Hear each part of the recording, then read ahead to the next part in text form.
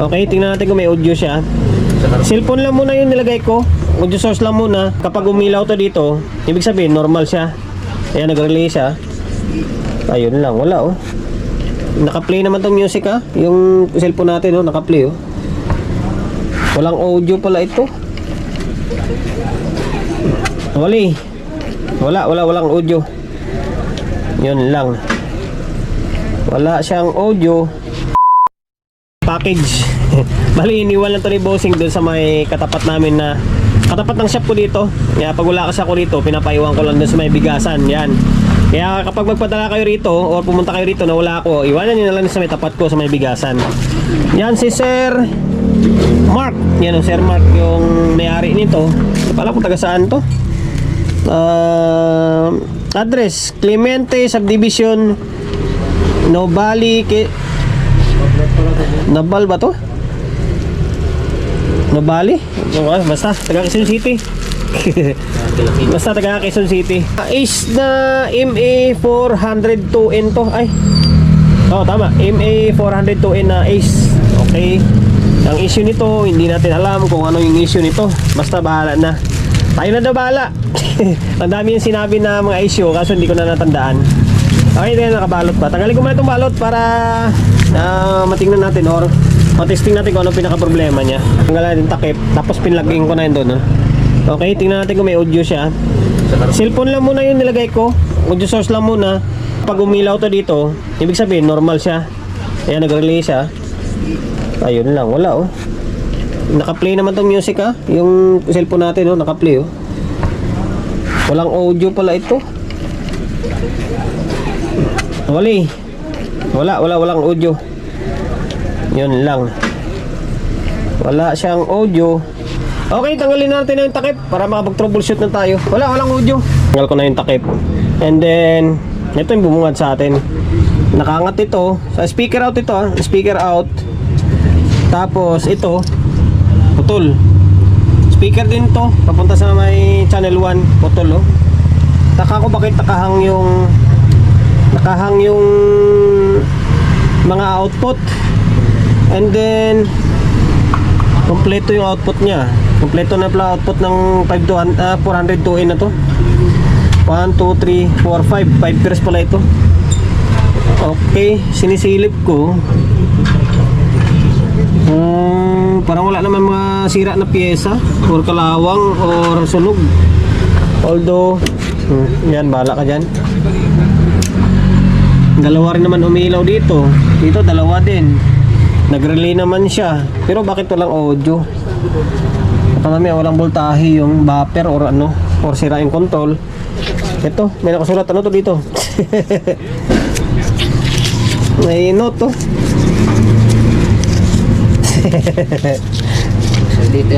Nabliter. Ngayon, sukatan natin ng bias nga ito. Natin kung anong mangyari. Ay! Yung kapasitor, oh, mababa yung isa. Ganito to. 15,000 by 63 pero mababa. Merong anak. Pinalitan siguro dati ng kapasitor to. Although, okay naman kasi 15,000 rin naman nakalagay. 63 by 15,000 kasi mababa lang. Ngayon, kaya lang ha. Dito taas oh. Nasa 0.5 yung bias dito. Nasa 0.5. Mataas. Tapos yung kabila, may history na ng repair to eh. Kasi yung tali iba na. Ito nasa 0.4 lang dito. Nasa 0.4 lang siya. Ito normal eh. Ito naman, tutunog naman to kasi medyo mainit lang. Kasi lang wala talaga siyang audio. Walang audio, oh. Maaring sira yung control or may problema yung input. Yung dalawa lang yan. Kung alin dyan sa dalawa na yan. Ngayon, ang gagawin natin, i-fix bias na lang muna natin to. I-fix bias muna natin. Tapos kailangan may baba muna natin. Ayusin muna natin yung bias nya. Tsaka tayo mag-proceed sa may audio dito. try natin irekta or palitan yung control. Basta i-fix bias ko muna. Saka tayo problema ng ibang problema. Plus ko na yung channel 1 and then channel 2. Ngayon, nagyan pa nila tanda, red. Red. Dito, blue. Kaya tanda talaga siguro para hindi sila magkamali. Okay, i-fix bias natin to. Same lang yung board na ginamit dito yung sa may LX20, LX10 and then say A3. Ano pa ba? Halos pares lang sila ng 402N. Plus pares lang. Ngayon, tanggalin ko muna ito. Value na ginamit dito is 202, 2K. And then 102, 1K. 1K, 2K. I-fix natin. Same lang din naman ang value na ginagamit ko sa may LX20. 1.8 and then 220 ang nilalagay ko dito. Okay? Nag-fix bias na tayo. Buti ngayon kay yung tawag nito, yung resistor, kompleto na siya. Wala na tayong dadagdagan. Hindi na natin kailangan baklasin. Hindi natin kailangan baklasin yung board. Ayan, kinater na lang natin yung trimmer. Ayan, dito. Tapos dito, 1.8K, 220 ohms. Okay? 220 ohms, 1.8. Same din dito, 220 ohms, 1.8K. Okay, ang ganda. Ang ginaibahan pala ng Ace against sa 402N ay naka 5 pairs na. Naka 5 pairs ito. Yung Ace naman is naka 4 pairs lang. Tapos supply nito is 72. 072. Yung Ace is 68 lang. Parang nasa 68 lang yata. Okay? Ayan, na-fix bias na natin to. Try natin ibalik natin. Tingnan natin kung ano mangyari. Magka-audio na. Tapos balik natin yung mga naputol na linya. Kagabi. Kasi painom kami kagabi. Medyo kaya na disgrasya na naman. Nadali na naman ako ng 2 pirasong output na naman. Eto and then dito. Kaya nadali ako. Naputukan ako ng output. Kaya Sunday session kasi namin. Ayun, tapos ito, nag-fix bias tayo. Nag-fix bias tayo dito. Same din dito. Ang problema, ito normal. Dito, tabingi yung bias. Kaya siguro pinampuputol nila to eh. Tabingi yung bias, pakita ko sa inyo. Nag-relay naman siya, normal. Ngayon, hindi ko alam kung sinong tumirada na iba dito. Dating dito, baliktad. Kaya lang ito rin natin. Dito, mataas to. Mataas dito Babot na ng 0.5 to dito eh. 0.5 Pagdating dito, ito sa may kabila, nagiging wala.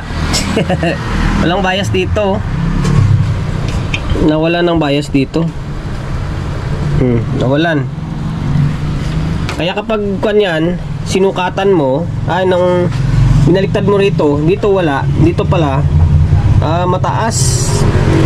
Ito naman, normal to dito. Normal. Although dalawa naman yung ilaw palaisipan baklasin natin to. Ang mangyari talaga dito, babaklasin ko na ng buo to. Wala na tayong magagawa kundi baklasin na lang siguro buo to para mas ma-check natin. Siraan ako ng isang pares tuloy. Ito na, napalitan ko na ng transistor 669. Ang problema rito is pabaliktad to to. Pakita ko sa inyo. Lagyan ko lang ng Meka. Yan Kung makikita nyo, wala kasing mabibili ngayon ganito. Yung walang bakal yung likod. Walang mabibili. Yung nabibili ngayon is may bakal sa likod. And then take note pala guys yung pagkabit nito or pagpalit nito, pabaliktad. Pabaliktad dito. Yung numero, diba may numero to dito. Hindi siya pa ganyan. Pabaliktad yung numero nandun sa loob. Nandun sa loob yung numero. Ngayon, ang ipapalit mo, yung bakal na yan, mapupunta sa likod. Ito, may bakal kasi ito eh. Mapupunta sa likod yan. Ngayon, kailangan may sapin ka. Kaya may sapin ka na, lagyan mo ng sapin yung Meka mo. Ay, yung transistor, lagyan mo ng sapin na Meka. Para yung tornilyo, hindi didikit sa may bakal. Kasi pag dumikit yan, magsusort dito sa may heatsink. Di katulad dito, kahit wala na sapin. Ito kasi kuwan lang to eh. Silicone kasi ito. Okay? Sana makakuha nyo. Bakal yan, mapupunta sa likod yung bakal. Ang sapin niya, imbis na dito sa loob, mapupunta sa likod. Ngayon, kumpara natin ha. Kanina kasi kuan eh, magkaiba sila eh. Short. Ngayon dito, oh, ganyan siya ha. Dito ha, ngayon, dito mapupunta tayo rito. Oh, parehas na. Okay. Parehas. Okay, kulang ng transistor to. Dagdagan ko na agad ng transistor C5200 and then A1943 para makompleto na. Hindi pa rin magandang balita. Hanggang sa natuluyan na, napilitan tayong baklasin itong board. Pambira na yan. Pag testing ko kanina, wala pa rin bias. Pambira na yan, oh. Hanggang sa naisipan ko ng baklasin kasi yung iba, tulad nitong drive, kailangan mo talagang baklasin na. Sira pala ito, 4793, pambira na yan. 4793. Tapos isang 5401 para dito. Pakita ko sa inyo, pambira na yan, oh. Kailangan gusto natin dito. Tapos yung tester, dami palang tinamaan nito.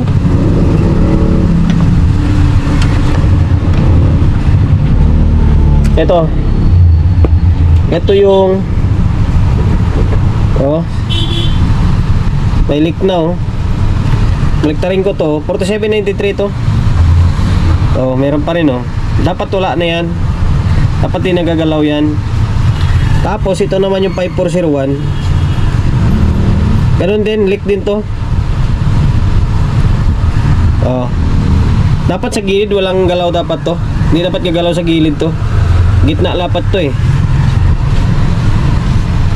Ngayon tinamaan. Okay, lintik, mahirap i-check. Hindi naman tayo nagsisinguling. Basta 5401 ito, tapos 4793. 4793 drive dito, tapos yung 5401 dito. Sana yun lang. Sana yun lang. Ngayon papalitan ko muna yung 4793 and then 5401. Pinalitan ko na ng C4793 tapos yung 5401. Okay, normal naman na. Pabalik na pala yung kable ah. Pag ganito lang muna yung setup natin para kapag may problema is di tayo mahirapan ulit pagbaklas sa may heatsink nya. Bahala ka dyan. Nahirapan tayo eh. Kasi isa kasi trouble natin. Na-underestimate natin eh. Kaya yun, normal no. 0.3 katulad dun sa isa. Dito delikado kasi dito pag magkamali ka, dali na naman. Oh yan, good na. Good na. Pwede na ibalik to. Pwede na ilaban to. Nasa 0.3 lang yung bias. Ibalik ko lang muna to sa heatsink. Balik ko na yung dalawang board. Ito and then ito, naibalik na natin yung mga kable. Pinali nila oh. Wire. Okay naman. Importante na tatali siya ng maayos. Okay. Ayan, nag-relay yung dalawang channel naman nagre-relay. Okay, sukat tayo. Ito ayan, nasa point, halos magpo 0.3. Ganda ng bias na yan. Tapos dito, ito yung nirepair natin. Hindi mahirap kasi baka mamaya madali na naman to. Pares lang madali na naman tayo.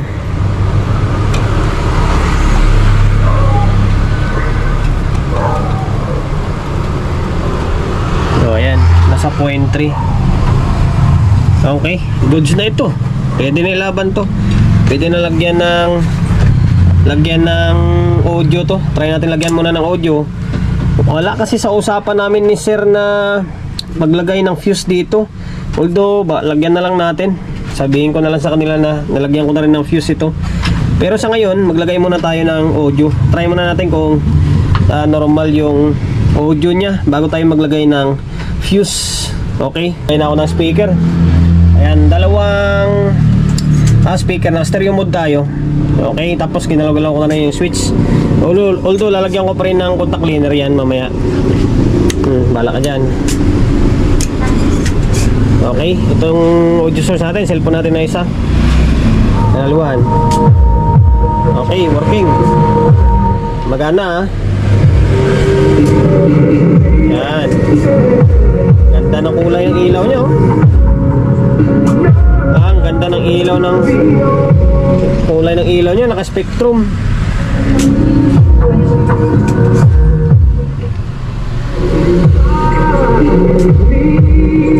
Okay, wala pang sabit yung control niya.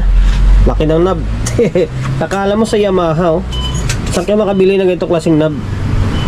Okay, working na yung amplifier. Yun nga sabi ko kanina, gusto ko lagyan ng fuse para safe, and then para matuwa naman si bossing. Sige, lagyan ko ng fuse. Nabaklas ko na yung power supply natin, tapos naglagay na rin ako ng fuse. Saktuhan, pang last na natin na pares ito ng fuse holder natin. Bibili ulit tayo ng panibago. Ayan, sa mga subscriber follower natin, kabisado na nila kung paano tayo maglagay ng fuse or ano yung diskarte natin dito. Ayan, sa mga gustong gayahin, dito ako naglalagay dito, tapos dito sa may kabila. Ito kasi positive to eh, positive dito, negative dito. Ayan, magbubutas ka dyan para sa ganyang klaseng fuse holder, tapos hatiin mo sa gitna, kakatingin mo to, ilinya na to. Same din dito, magbubutas ka dyan, tapos kakatingin mo to, and then angat mo to, huwag kalimutan yung angat mo to, kasi diode dito. Kapag nakadiin to dito o nakakabit to dito, hindi ka makapagbutas dyan, nakaharang. Ngayon, iangat mo lang to para makapaglagay ka ng fuse dyan. Ganito nga yung fuse holder ang ginagamit ko. Kung wala kayong ganito, pwede naman kahit alambre lang na makapal patayo, tapos hihinang nyo lang. Yan, basta yung tipong makapaglagay lang kayo ng fuse, diskarte lang yan. Ako kasi meron akong ganito eh, although pang class na pares ito. Tapos ang ginagamit ko na fuse is 15 ampere. 15 ampere ang ginagamit ko na fuse. Okay, ngayon lagyan ko ng fuse to, ibabalik natin tong diode. Pag nalagyan mo na yan, lagyan mo na ng fuse yan, babalik mo siya ganito. Yan, inangin mo to, tapos ibalik natin to. Okay, para matapos na yung video natin, ito na, naibalik ko na yung power supply. Then may fuse na yan, 15 ampere ang nilalagay ko dyan. Nakatornilyo na ito. Yan, nakatornilyo na. Tapos naka 20 na tayo doon, wala sa may bulb. Bahala ka dyan. Okay, mas angas kasi tingnan siya. Mas angas tingnan yung fuse holder natin. Ayan, oh. Dalawa.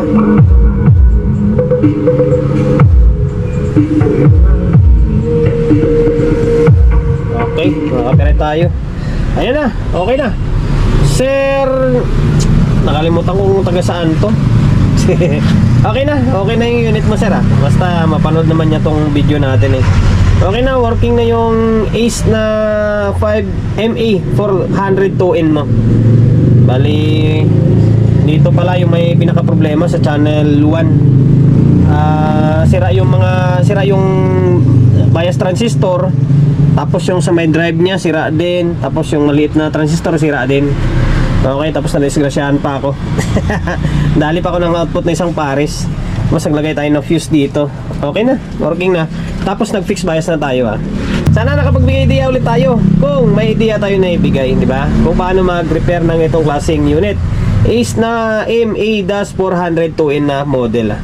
Okay, promotion bago tayo magtapos. Siyempre, Solid G Electronics Repair Shop, 61 Don Julio Gregorio Street, sa Uyo Road, sa Uyo, Quezon City.